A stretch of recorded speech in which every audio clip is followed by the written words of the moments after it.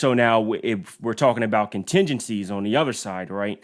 Obviously, the home inspection is the big one where we're hearing stories of buyers completely waiving these home inspections. A bit of a concern to me because it's definitely not something that I would recommend, a buyer waive is their home inspection, right?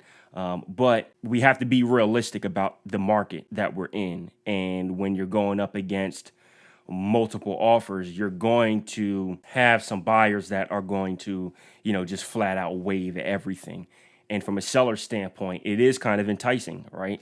When they see an offer come in and there's absolutely no contingencies on it, right? Because they want to get to the settlement table with the least amount of headache. Ultimately, it's going to be up to you as the buyer to decide whether you're going to waive that or whether you're going to elect it, because essentially you're going to be signing your initial next to whatever contingency that you want to elect, or whether you're going to waive it or not. Like I said, it's definitely not something that I would recommend, but given the current conditions, you are seeing home inspections being waived, and it just is what it is. Another thing is appraisal contingencies, because when you're going way above asking price, there may be an issue with the appraisal, right? And a lot of buyers don't realize that the lender is only going to give you the appraised value. So if you're going up $350 and the property only appraises for $330, well, that's all the lender's going to give you. And if you have an appraisal contingency attached to your offer, it's basically saying that, look, we'll go up to $350, but if it appraises at $330, then, we have the right to, walk away from this deal, get our deposit money back if we're not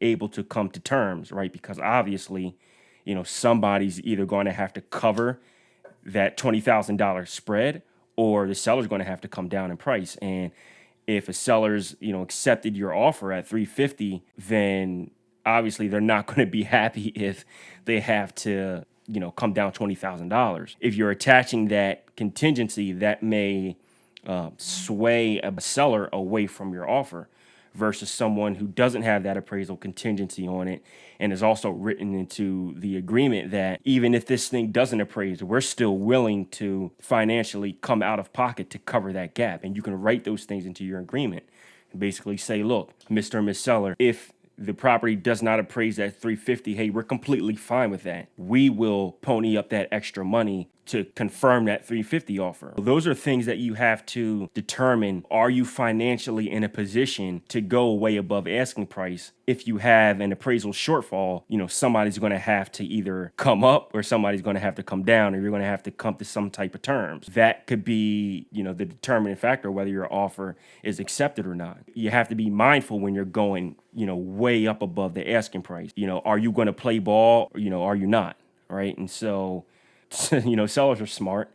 The listing agents are smart. They're going to be going over it. If they see that contingency attached to your offer, they're going to explain to the seller the consequences of accepting it. Those are things that you're definitely going to want to, talk to your agent with when you're writing that offer up.